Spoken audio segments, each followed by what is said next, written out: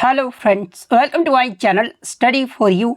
सो guys, जैसा कि आज जो आपका एसएससी एमटीएस का 1 अक्टूबर के सेकंड शिफ्ट का एग्ज़ाम हो गया है दोस्तों, जिसका जो है मैं आपको बिल्कुल 100% एक्यूरेट आंसर के साथ जो है इस वीडियो में बताऊंगा। तो देख लेते हैं कि किस प्रकार के जो है आज आपके 1 अक्टूबर के सेकंड शिफ्ट के एग्ज़ाम में जो है प्रश्न पूछे गए हैं।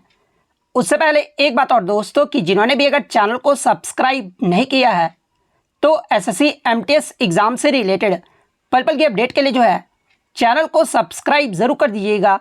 और बगल में ही आपको एक बेल आइकन यानी घंटे का निशान भी दिख रहा होगा, तो आप उसे भी जो है ज़रूर प्रेस कर दीजिएगा। तो चलिए वीडियो को स्टार्ट करते हैं। तो आज का जो आपका पहला क्वेश्चन आया था कि Kanwal wild life sanctuary is located in which state, यानी कंवल बाघ अभ्यारण्य जो है ये आपका किस राज्य में स्थित है। तो देखिए, कंवल बाघ अभ्यारण्य की बात कर ले तो ये जो आपका तेलंगाना राज्य के जो है मंचिरियल जिले के जन्नाराम मंडल में स्थित है। तो राज्य आपसे पूछा गया था, तो तेलंगाना राज्य आपका यहाँ पे करेक्ट आंसर होगा। इसके अलावा मैं आपको बता दूं कि कंवल वन्य जीव अभ्यारण्य को जो है ये भारत सरकार के द्वारा 2012 में जो है इसे बाघ अभ्यारण्य भी जो है वो घोषित किया गया था। तो ये फैक्ट भी आपको ध्यान में रखना है। इसके अलावा अगर अन्य वाइल्ड लाइफ सेंचुरी की बात कर ले जहाँ से एग्जाम में प्रश्न पूछे जाते हैं, जैसे कि वाल्मीकि नेशनल पार्क या फिर वाइल्ड लाइफ सेंचुरी, ये जो है कहाँ पर स्थित है, तो ये आपका बिहार राज्य में स्थित है। वायानंद वाइल्ड लाइफ सेंचुरी के बारे में पूछा जाए तो देखिए, ये जो आपका वायानंद वाइल्ड लाइफ सेंचुरी है ना, ये आपका केरल राज्य में स्थित है। जिम कॉर्बेट नेशनल पार्क के बारे में पूछा जाता है तो देखिए, ये जो आपका जिम कॉर्बेट नेशनल पार्क है ना, ये आपका उत्तराखंड राज्य में स्थित है। मधुमलाई सेंचुरी के बारे में पूछा जाए तो देखिए, ये जो आपका मधुमलाई जो सेंचुरी है ना, ये आपका तमिलनाडु राज्य में स्थित है। तो ये फैक्ट भी आप ध्यान में रखिएगा। इसके अलावा एग्जाम में एक प्रश्न और यहां से पूछा जाता है कि भारत में सबसे अधिक वन्य जीव अभ्यारण्य जो है यह आपका किस राज्य में है। तो देखिए, भारत में सबसे अधिक वन्य जीव अभ्यारण्य वाला जो राज्य है ना, यह आपका महाराष्ट्र राज्य है। महाराष्ट्र में जो आपके टोटल 49 वन्य जीव अभ्यारण्य है। तो ये पॉइंट भी आपको ध्यान में रखना है। नेक्स्ट क्वेश्चन आपका यहाँ पर आता है कि which was the most important God of Aryans in pre वैदिक टाइम्स, यानी प्रारंभिक वैदिक काल में जो है आर्यों के सबसे महत्वपूर्ण देवता के रूप में जो है ये किसे माना जाता था। तो देखिए, प्रारंभिक वैदिक काल में जो है आर्यों का सबसे महत्वपूर्ण देवता जो है ये आपके इंद्र भगवान को जो है वो माना जाता था। तो इंद्र आपका यहाँ पे करेक्ट आंसर होगा। इसके अलावा मैं आपको बता दूं कि ऋग्वेद में जो है आपके इंद्र भगवान को जो है ये आपका पुरंदर भी जो है वो कहा गया है। तो ये फैक्ट भी आपको ध्यान में रखना है। नेक्स्ट क्वेश्चन आपका यहाँ पर आता है कि Buddhist era when they travelled through silk route, यानी बौद्ध धर्म के प्रचारकों और तीर्थ यात्रियों ने जो है किस शताब्दी के दौरान रेशम मार्ग पर जो वो यात्रा की थी। तो देखिए, बौद्ध धर्म के प्रचारकों और तीर्थ यात्रियों ने जो है ये आपका जो दूसरी शताब्दी के दौरान, यानी 2nd सेंचुरी BC ऑनवर्ड्स के दौरान जो है ये रेशम मार्ग पर जो वो यात्रा जो वो किए थे। तो दूसरी शताब्दी आपका यहाँ पे करेक्ट आंसर होगा। इसके अलावा एग्जाम में एक प्रश्न यहाँ से पूछा जाता है कि भारतीयों के लिए जो है रेशम मार्ग ये जो है किसने शुरू किया था। तो देखिए, भारतीयों के लिए जो रेशम मार्ग है ना, ये कनिष्क के द्वारा जो है वो शुरू किया गया था। और कनिष्क जो था ये आपका किसका जो है वो सबसे शक्तिशाली शासक था। तो देखिए, कनिष्क जो था ना, ये कुषाण साम्राज्य का जो है ये सबसे शक्तिशाली शासक था। और इनके साम्राज्य की जो राजधानी था ना, ये पुरस्पुरा यानी पेशावर था। तो ये फैक्ट भी आप ध्यान में रखिएगा। इसके अलावा मैं आपको बता दूं कि कनिष्क के शासन काल में ही जो है आपकी जो चौथी बौद्ध संगति हुई थी, ये आपका कनिष्क के शासन काल में ही जो है ये आपका आयोजित किया गया था। और चौथी बौद्ध संगति के दौरान ही जो है आपके बौद्ध धर्म को जो है ये आपका महायान और हीनयान में जो ये आपका विभाजित जो है वो किया गया था। तो ये पॉइंट भी आप ध्यान में रखिएगा। और कनिष्क के अगर दरबारी कवि के बारे में पूछा जाए तो देखिए, कनिष्क के दरबारी जो कवि थे ना, ये आपके अश्वघोष थे। और अश्वघोष के द्वारा ही जो है ये आपका बुद्धचरित जो पुस्तक है ना, जो कि आपका गौतम बुद्ध की जो वो जीवनी है, और ये जो आपका जीवनी है बुद्धचरित, ये जो आपका अश्वघोष के द्वारा ही जो वो लिखा गया था। तो ये फैक्ट भी आपको ध्यान में रखना है। नेक्स्ट आपका यहाँ पर आता है कि according to the NITI Aayog first multi dimensional poverty index which union territories are poor, यानी नीति आयोग की जो पहली बहुआयामी गरीबी सूचकांक जो रिपोर्ट जारी किया गया था ना, उसके अकॉर्डिंग जो है सबसे आपका गरीब जो है केंद्र शासित प्रदेश कौन सा था। तो देखिए, आपका जो है बहुआयामी गरीबी सूचकांक में सबसे जो आपका गरीब जो यूनियन टेरिटरी था ना, ये आपका दादरा और नगर हवेली था। तो दादरा और नगर हवेली आपका करेक्ट आंसर होगा। अगर ये तो आपका आपका सबसे अधिक आपका गरीब जो है यूटी के बारे में पूछा गया था, सबसे कम जो आपका यूटी के बारे में अगर पूछा जाए तो देखिए सबसे कम जो आपका यूटी रहा था ना गरीब में, वो आपका लक्षद्वीप रहा था। तो ये फैक्ट भी आपको ध्यान में रखना है। इसके अलावा अगर राज्य की बात कर ले तो देखिए एमपीआई रिपोर्ट के मुताबिक बिहार जो आपका सबसे गरीब राज्य रहा था, उसके बाद आपका झारखंड राज्य रहा था, उसके बाद आपका उत्तर प्रदेश राज्य रहा था। तो ये क्रम भी जो आपको ध्यान में रखना है। नेक्स्ट क्वेश्चन आपका यहाँ पर आया था कि नेम 2 साइंथेटिक इंडिकेटर्स, यानी आपका जो है संकेतक के बारे में जो वो पूछा गया था। तो देखिए पहले हम लोग जान लेते कि सिंथेटिक इंडिकेटर्स होता क्या है। तो देखिए all the indicators which are not natural are known as man made या फिर सिंथेटिक इंडिकेटर्स, यानी सभी संकेतक जो प्राकृतिक नहीं होते हैं उन्हें मानव के द्वारा जी या तो निर्मित किया जाता है। इस प्रकार के इंडिकेटर्स को जो है या आपका सिंथेटिक इंडिकेटर या फिर मानव निर्मित इंडिकेटर भी जो वो कहा जाता है। इसके अलावा अगर इनके एग्जाम्पल की बात कर ले तो देखिए सिंथेटिक इंडिकेटर्स में जो है आपके एक तो फिनोप्थलीन हो जाते हैं और सेकंड आपका मिथाइल ऑरेंज, ये जो आपके सिंथेटिक इंडिकेटर्स हैं। तो ऑप्शन में शायद आपका फिनोप्थलीन दिया गया था, तो फिनोप्थलीन आपका यहाँ पे करेक्ट आंसर होगा। नेक्स्ट क्वेश्चन आपका यहाँ पर आता है कि who was the chairman of the first all Bengal students council held in 1928, यानी 1928 में जो आपका आयोजित प्रथम अखिल बंगाल छात्र परिषद के अध्यक्ष जो है ये आपके कौन थे। तो देखिए मैं आपको बता दूं कि सितंबर 1928 में पंडित जवाहरलाल नेहरू की अध्यक्षता में जो है आपके 4 दिवसीय सम्मेलन के अंत में जो है आपके अखिल बंगाल छात्र संघ की स्थापना जो वो किया गया था। और ये जो आपका सम्मेलन है ये कहाँ पर आयोजित किया गया था, तो ये आपका 22 से 25 तारीख तक जो है ये जो सम्मेलन था ना ये आपके श्रद्धानंद पार्क में जो ये आपका आयोजित किया गया था। और इस संघ की जो अध्यक्षता है ना ये पंडित जवाहरलाल नेहरू के द्वारा जो वो किया गया था।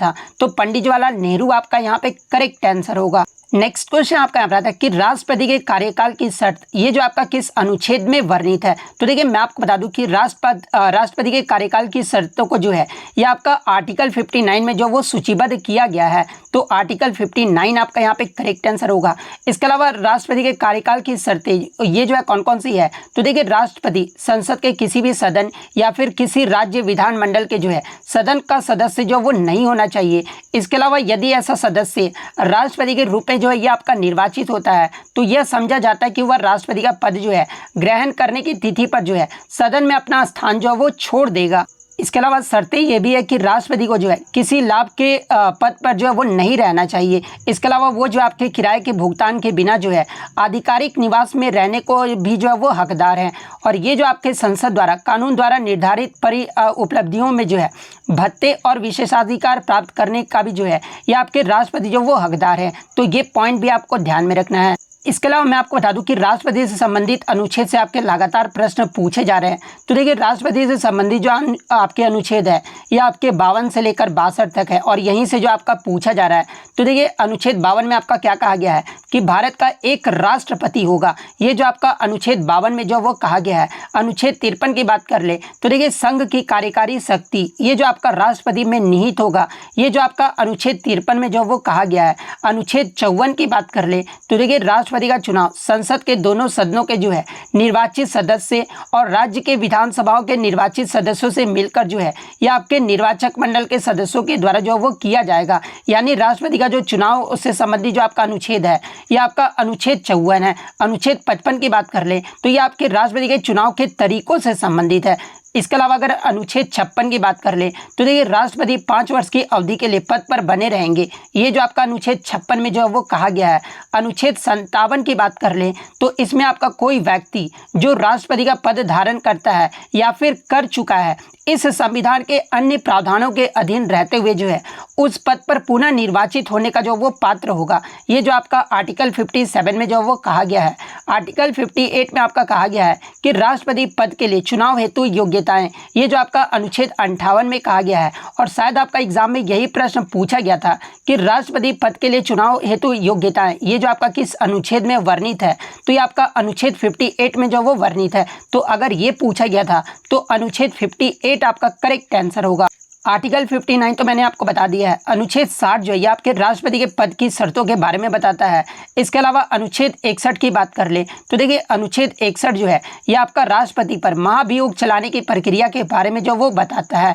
अनुच्छेद अगर 62 की बात कर ले तो देखिए अनुच्छेद 62 में जो है ये आपके राष्ट्रपति के कार्यकाल और रिक्तियों से संबंधित जो प्रावधान है ना, ये आपके अनुच्छेद 62 में जो इसका उल्लेख जो है वो किया गया है। तो ये सारे फैक्ट जो आपको ध्यान में रखना है। नेक्स्ट क्वेश्चन आपका यहाँ पर आया था कि the substance and the shadow ये जो है किसकी ऑटोबायोग्राफी है। तो देखिए the substance and the shadow ये जो आपका ये यूसुफ खान जिन्हें जो है दिलीप कुमार के नाम से भी जो वो जाना जाता है और ये जो है इनकी ऑटोबायोग्राफी है। तो ऑप्शन में आपका दिलीप कुमार दिया गया था, तो दिलीप कुमार आपका यहाँ पे करेक्ट आंसर होगा। इसके अलावा बात कर ले the substance and the shadow ये जो है किसके द्वारा ये पुस्तक लिखा गया है। तो ये जो आपके पूर्व पत्रकार उदय तारा नायर के द्वारा जो है इस पुस्तक को जो वो लिखा गया है। तो ये फैक्ट भी आप ध्यान में रखिएगा। इसके अलावा मैं आपको बता दूं कि 1994 में जो है दिलीप कुमार को दादा साहेब फाल्के पुरस्कार से भी जो है इन्हें सम्मानित किया गया था। नेक्स्ट आपका यहाँ पर आता है कि आर्टिकल 51 का क्लोज एच जो है ये आपका किससे संबंधित है। तो देखिए अनुच्छेद 51A का एच क्लोज एच की बात कर ले तो ये जो आपका वैज्ञानिक स्वभाव, मानवतावाद तथा जिज्ञासा एवं सुधार की भावना जो है ये विकसित किया जाएगा। ये जो आपका अनुच्छेद 51A के जो है क्लोज एच में जो वो कहा गया है। तो ये जो आपका यहाँ पे करेक्ट आंसर होगा। इसके अलावा अगर आर्टिकल 51 की बात कर ले तो देखिए अनुच्छेद 51A के तहत जो है आपके 11 मौलिक कर्तव्य जो है वो जोड़े गए हैं और 11 मौलिक कर्तव्य से जो है आपके लगातार जो वो प्रश्न पूछे जा रहे हैं। जैसे कि अनुच्छेद 51A के क्लोज ए में आपका कहा गया है कि संविधान का पालन करना तथा उसके आदर्शों एवं संस्थाओं, इसके अलावा राष्ट्रीय ध्वज एवं राष्ट्रगान का सम्मान करना। ये जो आपका अनुच्छेद 51A के क्लोज ए में जो है आपका कहा गया है। क्लोज बी की बात कर ले तो इसमें आपका कहा गया है कि स्वतंत्रता हेतु हमारे राष्ट्रीय संघर्ष को जो वो प्रेरित करने वाले महान आदर्शों को जो है ये आपका संजोना एवं उनका पालन करना। ये जो आपका क्लोज बी में जो वो कहा गया है। वहीं अगर क्लोज सी की बात कर ले तो देखिए भारत की संप्रभुता, एकता एवं अखंडता को अक्षुण्ण बनाए रखने तथा उसकी रक्षा करना। ये जो आपका क्लोज सी में जो वो कहा गया है। अनुच्छेद 51A के क्लोज डी की बात कर ले तो इसमें आपका कहा गया कि देश की रक्षा करना एवं ऐसा करने के लिए बुलाए जाने पर राष्ट्रीय सेवाएं प्रदान करना। ये जो आपका क्लोज डी में जो वो कहा गया है।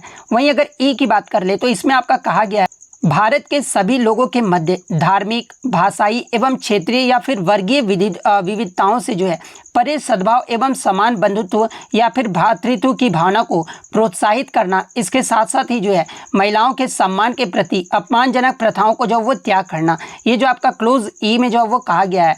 इसके अलावा अगर एफ की बात कर ले तो हमारी सांसारिक यानी मिलीजुली संस्कृति की समृद्ध विरासत को महत्व देना और उसका संरक्षण करना यानी सुरक्षा करना। ये जो आपका क्लोज एफ में जो वो कहा गया है। वहीं अगर जी की बात कर ले तो इसमें आपका वन, झीलों, नदियों एवं वन्य जीवन सहित प्राकृतिक पर्यावरण को जो वो महत्व देना और उनकी रक्षा करना एवं उसके संवर्धन करना तथा प्राणी मात्र यानी जो जीवित प्राणियों के प्रति जो दया भाव रखते हैं। ये जो आपका क्लोज जी में जो वो कहा गया है। तो ये पॉइंट भी आप ध्यान में रखिएगा।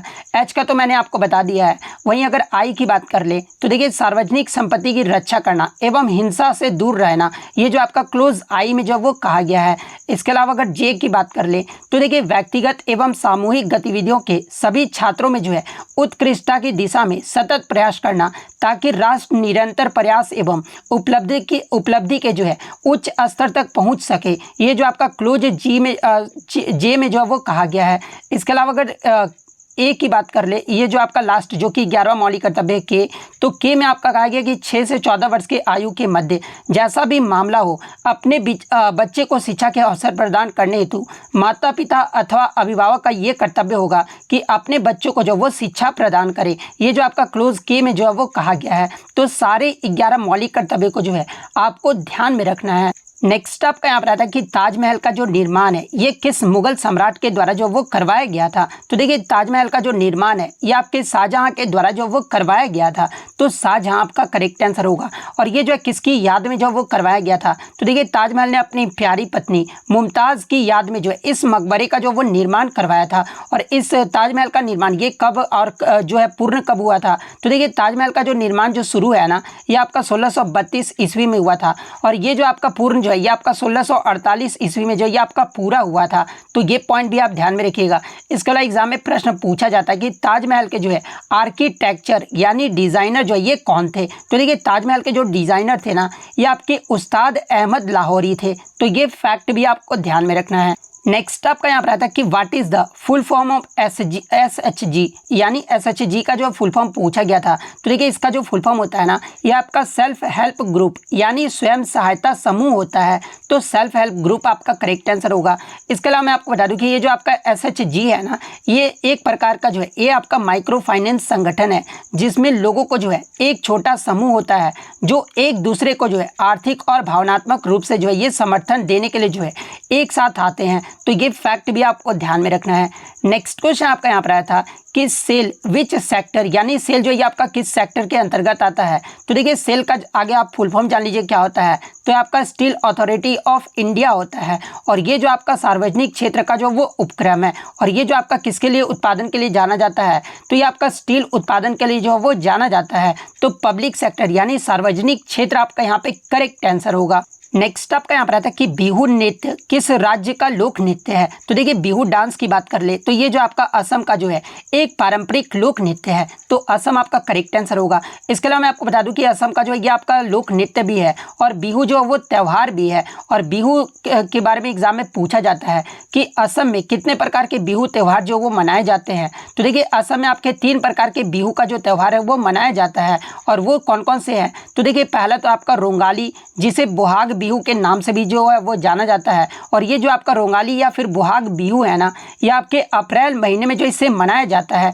सेकंड जो आपका बिहू है वो आपका कोंगाली या फिर इसे कटी बिहू भी कहा जाता है और ये जो आपका कोंगाली और कटी बिहू है ना ये आपके अक्टूबर महीने में जो वो मनाया जाता है। और तीसरा जो आपका बिहू है जो कि असम राज्य में मनाया जाता है इसे आपका भोगाली या फिर माघ बिहू जो वो कहा जाता है। और ये जो आपका भोगाली और माघ बिहू है ना ये आपका जनवरी महीने में जो वो मनाया जाता है। और देखिए इन तीनों में सबसे महत्वपूर्ण जो आपका बिहू है ना ये आपका रोंगाली बिहू है क्योंकि ये जो आपका रोंगाली बिहू है ना ये आपका वसंत त्यौहार जो वो मनाया जाता है। वसंत त्यौहार के रूप में जो है ये आपका रोंगाली बिहू को जो वो मनाया जाता है। और यहाँ से एग्जाम में एक प्रश्न पूछा जाता है कि असमिया नववर्ष के रूप में किस त्यौहार को जो वो मनाया जाता है। तो ये आपका रोंगाली बिहू को ही जो है वो मनाया जाता है। इसके अलावा अगर भोगाली बिहू या फिर माघ बिहू की बात कर ले तो ये जो आपका एक फसल त्यौहार है। तो ये सारे फैक्ट जो आपको ध्यान में रखना है। नेक्स्ट क्वेश्चन आपका आता है कि सितारा देवी ये जो आपका किस नृत्य से संबंधित है। हालांकि आपका बहुत सारे कलाकारों का नाम दिया गया था जिसमें एक सितारा देवी का भी नाम दिया गया था। तो देखिए सितारा देवी की बात कर ले तो ये जो आपका कथक नृत्य से संबंधित है। तो कथक आपका करेक्ट आंसर होगा। और मैं आपको बता दूं कि सितारा देवी को जो है ये आपका नृत्य सामग्री के रूप में भी जो है इन्हें जाना जाता है। तो ये फैक्ट भी आपको ध्यान में रखना है। इसके अलावा अगर कथक से जुड़े अन्य कलाकारों की बात कर ले तो देखिए पंडित बिरजू महाराज, इसके अलावा गोपी कृष्ण, शंभू महाराज, सितारा देवी, प्रेरणा श्रीमाली, इसके अलावा सुनैना हजारी लाल, कुमुदनी लखिया, इनके बारे में पूछा जाता है कि कुमुदनी लखिया जो ये आपका किस नृत्य से संबंधित है। तो ये आपका कथक नृत्य से संबंधित है। शोभना नारायण भी जो है ये आपका कथक नृत्य से संबंधित है। तो ये पॉइंट भी आप ध्यान में रखिएगा। एक क्वेश्चन आपका जो है हड़प्पा रिलेटेड स्टेटमेंट बेस्ड जो वो आया था जिसमें आपको गलत कथन जो वो बताना था। तो देखिए जहाँ पे एक आपका दिया गया था कि हड़प्पा सभ्यता में जो है आपका लोहे का उपयोग जो है वो किया गया था। तो ये जो आपका गलत स्टेटमेंट जो वो दिया गया था क्योंकि हड़प्पा सभ्यता जो है ये आपका कांस्य युग का था और इसमें आपका लोहे का उपयोग जो है वो नहीं किया गया था। तो ये वाला कथन आपका यहाँ पे करेक्ट आंसर होगा। या फिर कोई और कथन होगा, गलत कथन होगा तो आप उसे जो वो जरूर कमेंट करके बता दीजिएगा। नेक्स्ट क्वेश्चन आपका यहाँ पर था कि आपका जो है ई-प्रिक्स हैदराबाद ई-प्रिक्स जो है कार रेस 2023 ये जो है कहाँ पर आयोजित किया गया था। तो देखिए आपका जो कार रेस है ना ये आपके 2023 में ये जो आपका तेलंगाना में जो है वो आयोजित किया गया था। तो तेलंगाना आपका यहाँ पे करेक्ट आंसर होगा। नेक्स्ट आपका यहाँ पर आता है कि 2023 में आयोजित 9वें ब्रिक्स संसदीय फोरम में जो है आपके भारत के संसद का जो प्रतिनिधित्व है ना ये किस अध्यक्ष ने जो वो किया था। तो देखिए 2023 में जो आपका 9वें ब्रिक्स संसदीय फोरम जो है ये कहाँ पर आयोजित किया गया था। तो देखिए ये जो आपका 27 से 28 सितंबर 2023 को जो है ये आपके दक्षिण अफ्रीका के जोहान्सबर्ग में जो है ये आपका आयोजित किया गया था। और इसमें भारत के संसद का जो प्रतिनिधित्व है ना ये आपके लोकसभा अध्यक्ष ओम बिरला के द्वारा जो वो किया गया था। तो ओम बिरला आपका यहाँ पे करेक्ट आंसर होगा। एक क्वेश्चन आपका नॉन पोलर मॉलिक्यूल से आया था। तो देखिए नॉन पोलर मॉलिक्यूल की बात कर ले तो इसमें जो आपका डाइपोल मूवमेंट जो वो नहीं होता है। इसका मतलब ये हुआ कि इसमें जो आपके मॉलिक्यूल होते हैं ना, ये आपके इलेक्ट्रॉन डिस्ट्रीब्यूशन यानी इनमें जो आपका इलेक्ट्रॉन डिस्ट्रीब्यूशन होता है वो आपका सिमेट्रिक होता है और इसमें आपके पॉजिटिव और निगेटिव जो चार्ज होते हैं ना ये बैलेंस हो जाते हैं और डाइपोल मूवमेंट जो है ये कितना हो जाता है, तो ये आपका शून्य यानी जीरो हो जाता है। तो अगर जीरो पूछा गया था कि डाइपोल मूवमेंट कितना हो जाता है तो जीरो आपका यहाँ पे करेक्ट आंसर होगा। एक क्वेश्चन आपका जो है आरोग्य मिशन से आया था। एग्जैक्टली क्या प्रश्न पूछा गया था मुझे नहीं पता है, लेकिन मैं आपको बता दूं कि आरोग्य मिशन जो है ना ये आपके राष्ट्रीय स्वास्थ्य मिशन को भारत सरकार द्वारा जो है वर्ष 2013 में जो वो शुरू किया गया था। तो अगर शुरुआत पूछा गया था तो 2013 आपका यहाँ पे करेक्ट आंसर होगा। एक क्वेश्चन आपका साइंस से आया था कि प्रोटीन, फैट्स, कार्बोहाइड्रेट, इसको जो है आपको बायो नेम से जो वो मैच करना था। तो देखिए प्रोटीन का जो आपका बायो नेम होगा वो आपका ट्रिप्सिन हो जाएगा, यानी प्रोटीन में जो है आपका ट्रिप्सिन जो है वो सही मैच होगा। वसा का लाइपेज जो है वो आपका सही जो है मैच होगा। कार्बोहाइड्रेट में जो आपका अमाइलेज जो है वो आपका सही मैच होगा। तो इस प्रकार से जिन्होंने भी मैच किया होगा उनका यहाँ पे करेक्ट आंसर होगा। एक क्वेश्चन जो है आपका टैगोर पुरस्कार 2014 से आया था। तो देखिए मैं आपको बता दूं कि मणिपुरी नृत्य के दिग्गज श्री राजकुमार सिंह जीत सिंह को जो है 2014 का सांस्कृतिक सद्भावना हेतु टैगोर पुरस्कार जो वो प्रदान किया गया था। तो 2014 का जो टैगोर पुरस्कार है ये किसे प्रदान किया गया था, तो ये आपके मणिपुरी नृत्य के दिग्गज राजकुमार सिंह जीत सिंह को जो ये प्रदान किया गया था। तो राजकुमार सिंह जीत सिंह आपका यहाँ पे करेक्ट आंसर होगा। तो इतने क्वेश्चन जो है आज मुझे बच्चों के द्वारा मिले हैं जो कि 100% रियल और ऑथेंटिक है। तो अगर वीडियो अच्छी लगी हो तो वीडियो को जो है लाइक ज़रूर कर दीजिएगा और इसी तरह रियल एनालिसिस पाने के लिए जो है चैनल को सब्सक्राइब ज़रूर कर दीजिएगा। तो मिलते हैं नेक्स्ट वीडियो में, तब तक thank you, all the best.